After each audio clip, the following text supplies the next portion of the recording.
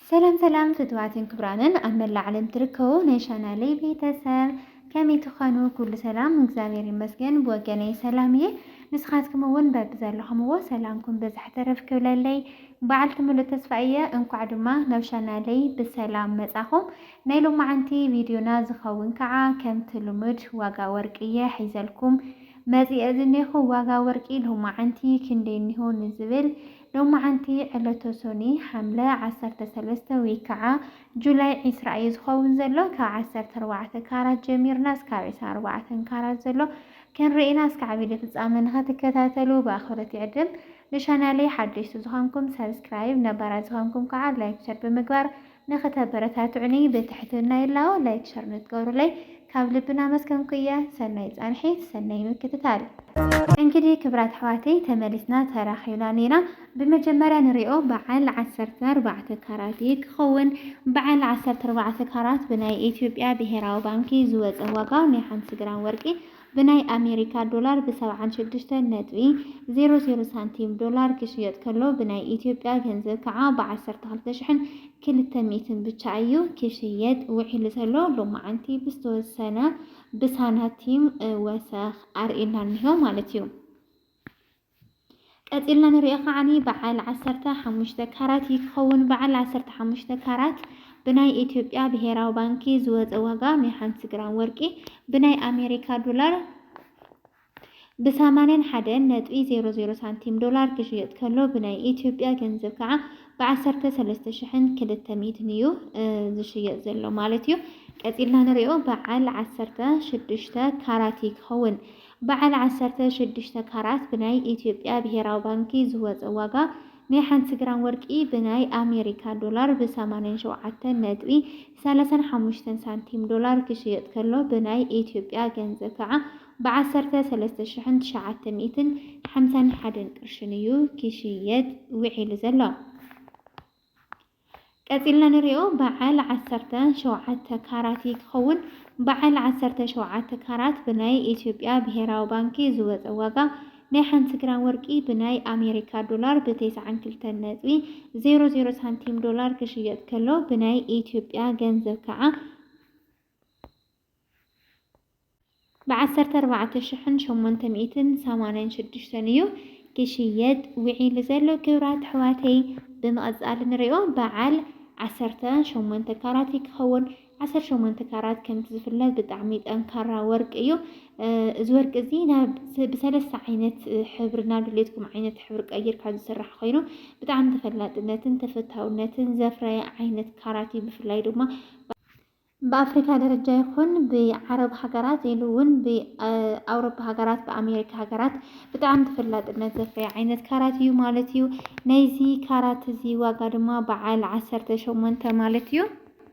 ብናይ ኢትዮጵያ ብሔራዊ ባንኪ ዝወፀ ዋጋ ናይ 50 ግራም ወርቂ ብናይ አሜሪካ ዶላር ብ97.16 ሳንቲም ዶላር ክሽየጥ ከሎ ብናይ ኢትዮጵያ ገንዘብ ከዓ ብ15,681 ቅርሽን እዩ ክሽየጥ ውዒሉ ዘሎ ቀፂልና ንሪኦ በዓል 19 ካራት ይኸውን 19 ካራት ብናይ ኢትዮጵያ ብሔራዊ ባንኪ ዝወፀ ዋጋ ናይ 50 ግራም ወርቂ ብናይ አሜሪካ ዶላር ብ103.28 ሳንቲም ዶላር ክሽየጥ ከሎ ብናይ ኢትዮጵያ ገንዘብ ከዓ ብ16,531 እዩ ክሽየጥ ውዒሉ ዘሎ ማለት እዩ ቀፂልና ንሪኦ በዓል 20 ካራት ይኸውን በዓል 20 ካራት ብናይ ኢትዮጵያ ብሔራዊ ባንኪ ዝወፀ ዋጋ ናይ 50 ግራም ወርቂ ብናይ አሜሪካ ዶላር ብ107.96 ሳንቲም ዶላር ክሽየጥ ከሎ ብናይ ኢትዮጵያ ገንዘብ ከዓ ብ17,300 እዩ ክሽየጥ ውዒሉ ዘሎ ቀፂልና ንሪኦ በዓል 21 ካራት ይኸውን 21 ካራት ብናይ ኢትዮጵያ ብሔራዊ ባንኪ ዝወፀ ዋጋ ናይ 50 ግራም ወርቂ ብናይ አሜሪካ ዶላር ብ113.36 ሳንቲም ዶላር ክሽየጥ ከሎ ብናይ ኢትዮጵያ ገንዘብ ከዓ ብ18,200 እዩ ክሽየጥ ውዒሉ ዘሎ ማለት እዩ ቀፂልና ንሪኦ በዓል 22 ካራት ይኸውን 22 ካራት ብናይ ኢትዮጵያ ብሔራዊ ባንኪ ዝወፀ ዋጋ ናይ 50 ግራም ወርቂ ብናይ አሜሪካ ዶላር ብ119.56 ሳንቲም ዶላር كيشيط كله بناي إثيوبيا جنزة كعا بعشرة شمونتشحن شعتميتن تسعان حموشتن قرشنيو كيشيط ويعيل زلام على تيو رجع بيتو وي معري እንግዲህ ክብራት ሕዋቴ እስካብ ሕዚ ክንሪኦ ዝፀናሕና ዓይነት ካራት ንዝተፈላለዩ ዓይነት መጋየፂ ምስ ዝኾነ ይኹን ዓይነት ኣልባሳት ዝግበሩ ዓይነት ካራት ወርቂ ኢና ንርኢ ነርና። ሕዚ ንሪኦ ድማ ንመጋየፂ ዘይምከሩ ግን ድማ ንኢንቨስትመንት ብጣዕሚ ዘዋፅኡ ዓይነት ካራት ኢና ክንርኢ ማለት እዩ። ንሱ በዓል 23 ና 24 ካራት ይኸውን። 23 ካራት ብናይ ኢትዮጵያ ብሄራዊ ባንኪ ዝወፀ ዋጋ ናይ ሓንቲ ግራም ወርቂ ብናይ ኣሜሪካ ዶላር ብ125.00 ሳንቲም ዶላር ክሽየጥ ከሎ ብናይ ኢትዮጵያ ገንዘብ ከዓ ብ19,986 እዩ ክሽየጥ ውዒሉ ዘሎ። ቀፂልና ንሪኦ በዓል 24 ካራት ይኸውን። በዓል 24 ካራት ብናይ ኢትዮጵያ ብሄራዊ ባንኪ ዝወፀ ዋጋ ናይ ሓንቲ ግራም ወርቂ ብናይ ኣሜሪካ ዶላር ብ130.00 ሳንቲም ዶላር ክሽየጥ ከሎ ብናይ ኢትዮጵያ ገንዘብ ከዓ ብ20,100 እዩ ክሽየጥ ውዒሉ ዘሎ። ሎማዓንቲ ሓድሽ ዋጋ ዕለተ ሶን እዩ ዝኸውን ዘሎ። ኩሉ ግዜ ዕዳጋ ሶኒ እዩ ዝለዋወጥና ብዝተወሰነ መልክዑ